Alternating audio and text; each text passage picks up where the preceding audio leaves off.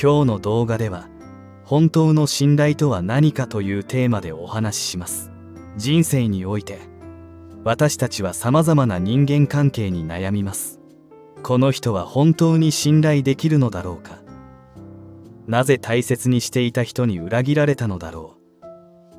どうすれば心の平安を保てるのだろう。このような疑問を抱いたことはありませんか。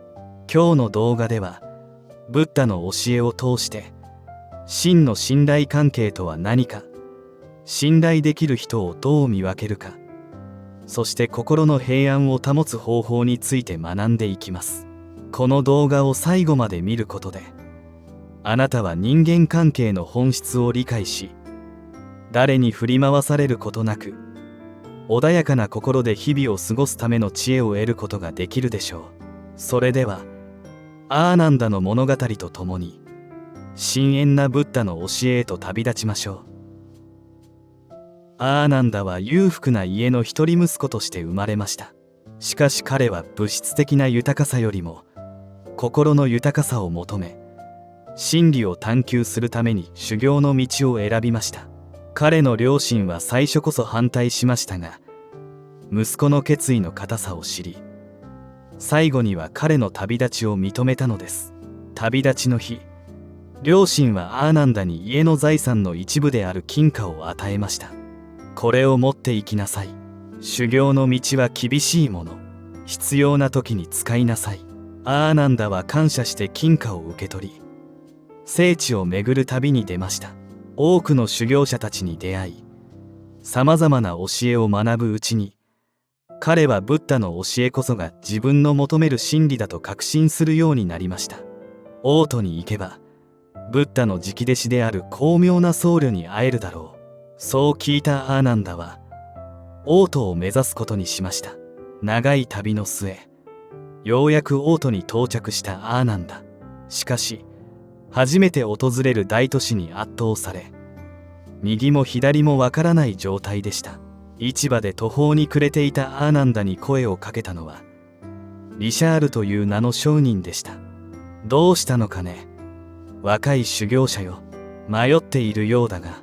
アーナンダは素直に自分の状況を話しました。ブッダの教えを学びたいこと、高名な僧侶に会いたいこと、そして初めての王都で道に迷っていることを。それはちょうどよかった。実は私の兄が寺院に出家しているのだ。今夜は我が家に泊まりなさい。明日兄のもとへ案内しよう。リシャールの親切な申し出にアーナンダは深く感謝しました。その夜、リシャールの家で温かい食事と寝床を提供され、アーナンダは久しぶりに安らかな夜を過ごしました。翌朝、リシャールは言いました。実は寺院までは少し遠いのだ。途中で荷物を運ぶ妊婦を雇わなければならない。君の金貨を少し見せてくれないか。いくら必要か計算したい。信頼していたアーナンダは素直に金貨の入った袋を差し出しました。リシャールはそれを手に取ると突然走り出したのです。待ってください。アーナンダは必死で追いかけましたが、複雑な路地を知り尽くしたリシャールを追いかけることはできませんでした。すべての財産を失い、アーナンダは呆然と立ち尽くしました。なぜだ、なぜ私を欺いたのだ。この世の不条理に対する怒りと悲しみがアーナンダの心を埋め尽くしました。何も食べずに一日中さまよった彼は、夕暮れ時に町外れの小さな寺院にたどり着きました。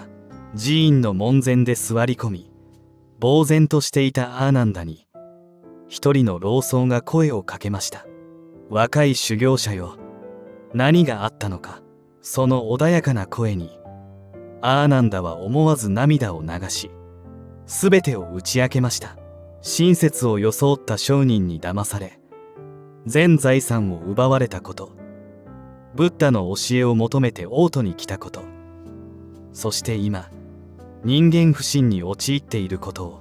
老僧はアーナンダの話を静かに聞き終えると優しく微笑みました。私の名はサンガミッタ。ここで修行しているものだ。まずは食事をし、休息を取りなさい。明日あなたの疑問に答えよう。その夜、アーナンダは寺院で温かい食事を与えられ、安らかに眠りました。翌朝、サンガミッタはアーナンダを寺院の裏手にある小さな池へと連れて行きました。この池を見なさい。何が見えますか？自分の姿です。アーナンダが答えると、サンガミッタは小石を池に投げ入れました。水面に波紋が広がり、アーナンダの映像は歪みました。今は何が見えますか？波があるので、自分の姿がはっきりとは見えません。サンガミッタは静かにうなずきました。人の心も同じです。執着や欲望、怒りという波が立っていると、相手の本当の姿も、自分自身の本当の姿も見えなくなります。あなたは聖人を信じたのではなく、自分の期待という幻影を信じていたのです。アーナンダはその言葉に深く考え込みました。では、どうすれば人を正しく見分けられるのでしょうか。サンガミッタは川に目を向けました。ブッダは言われました。人の本性は言葉ではなく行動に現れると。私たちは今から真の信頼とは何かを学んでいきましょう。アーナンダよ。人は誰しも信頼されたいと願い、また誰かを信頼したいと願う。しかし、多くの人は信頼の本質を理解していない。サンガミッタは静かに語り始めました。ブッダの教えでは、真の信頼には4つの柱があると言われています。今からそれを説明しましょう。多くの人は言葉に騙されます。信じてください。必ず守ります。あなたのためを思って。こうした言葉は甘い蜜のようなもの。心地よく、魅力的ですが、それだけでは真の信頼関係は築けません。サンガミッタは続けます。重要なのは、言葉ではなく行動です。約束を守る人は小さな約束でも必ず守ります。時間を守る人は、あなたの時間も大切にします。他者に親切な人はいつかあなたにも親切にするでしょう。ビシャールはあなたに親切な言葉をかけました。しかし、彼の行動に一貫性があったでしょうか。あなたは彼の過去の行動を知らないまま信頼してしまったのです。アーナンダは深くうなずきました。確かに、彼はビシャールのことを何も知らないまま信頼していました。人の本性は、物事が順調な時ではなく、逆境に立たされた時に現れます。豊かな時、成功している時は誰もが寄り添います。しかし、あなたが苦しんでいる時、失敗した時、何の利益も得られない時、それでもあなたのそばにいる人こそ信頼できる人なのです。サンガミッタは寺院に来る人々の例を挙げました。裕福な時には多くの人に囲まれていたが、財産を失うと誰も寄り添わなくなった長者。逆に、病に伏せた時に初めて真の友人が誰なのかを知った商人。あなたも今、苦しみの中にいますが、この経験は誰が本当の友人になりうるかを見分ける目を養うでしょう。人は誰しも欲望を持ちます。財を求め、名声を求め、快楽を求める。しかし、これらの欲望にどう向き合うかが、その人の本性を表します。サンガミッタは説明します。自分の欲望のためなら他者を犠牲にする人、目先の利益のために嘘をつく人、こうした人を信頼することはできません。逆に、自分の欲望を適切にコントロールし、他者の幸せを考えられる人は信頼に値するのです。ビシャールは自分の欲望のために、あなたの信頼を裏切りました。しかし、すべての人がそうではありません。ブッダは中道を説きました。極端に執着することなく、極端に無関心でもない。人間関係においても同じです。サンガミッタは続けます。過剰に親密になりすぎると、執着や依存が生まれます。逆に、距離を置きすぎると、孤独や疎外感を抱きます。大切なのは、お互いを尊重しながら、適切な距離を保つことです。あなたはリシャールに対して知り合ったばかりにもかかわらず、すぐに心を開き財産を見せました。もう少し時間をかけて相手を知ることが必要だったのです。アーナンダはサンガミッタの言葉に深く感銘を受けました。彼は自分が犯した過ちを理解し始めていました。では、具体的にどうやって信頼できる人を見分ければよいのでしょうか。アーナンダの質問にサンガミッタは丁寧に答えました。信頼できる人にはいくつかの共通した特徴があります。それを見分けるための目を養いましょう。信頼できる人は一貫性があります。強い人に対しても弱い人に対しても同じように接します。立場や状況が変わってもその人の本質は変わりません。サンガミッタは市場で見た光景を例に挙げました。ある商人は裕福な客には丁寧だが、貧しい人には冷たい態度をとっています。一方、別の商人は誰に対しても公平で同じように丁寧に接しています。どちらの商人を信頼できるでしょうか。信頼できる人は言葉と行動が一致しています。約束したことは必ず守り、建前と本音に違いがありません。サンガミッタは続けます。例えば、約束の時間に遅れがちな人は大切な約束も破る可能性があります。小さな嘘をつく人はいつか大きな嘘もつくでしょう。日常の小さな行動にその人の本質が現れるのです。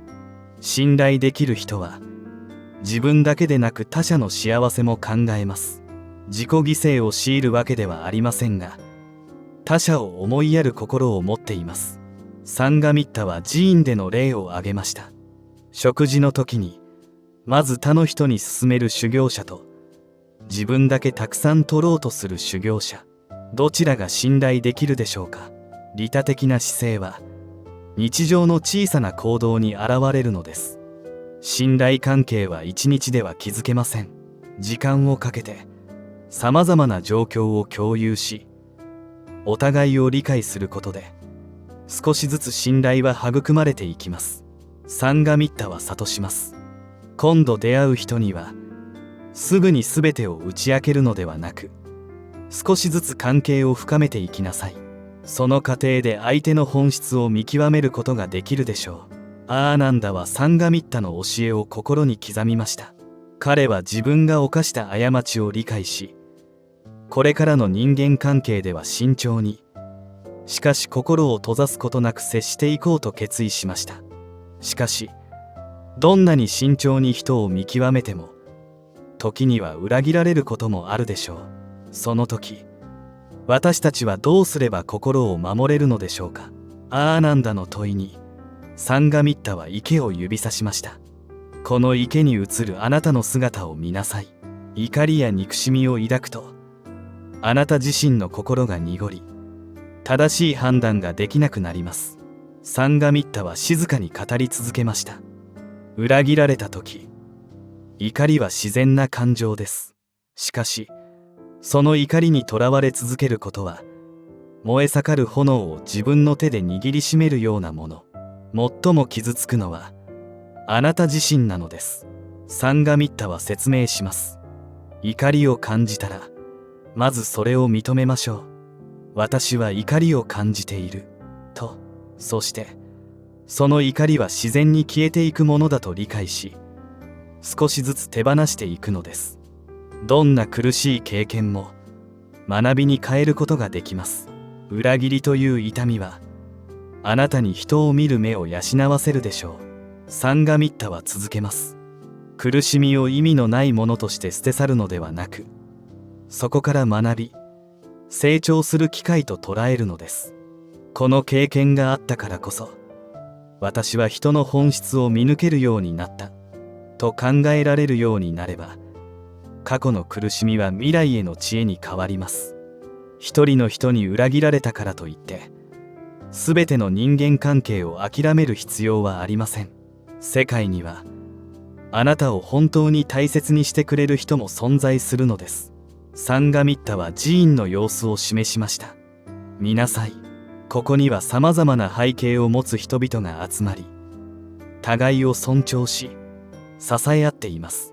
あなたもこれから新しい出会いがあり、真の信頼関係を築ける人と巡り合うでしょう。最も大切なのは自分自身を信頼することです。あなたには自分の人生を正しく歩む力があります。サンガミッタは微笑みました。たとえ他者に裏切られても、自分自身の誠実さと知恵を信じ続けなさい。それこそが心の平安を保つ最も確かな方法なのです。アーナンダは深くうなずきました。彼の心から怒りが少しずつ消えていくのを感じました。では、これからどうすれば真の信頼関係を築けるのでしょうか。アーナンダの最後の質問に、サンガミッタはこう答えました。真の信頼関係を築くためには、まず自分自身が信頼される人間になることが大切です。サンガミッタはアーナンダに4つの心得を伝えました。どんなに小さな約束でも必ず守りなさい。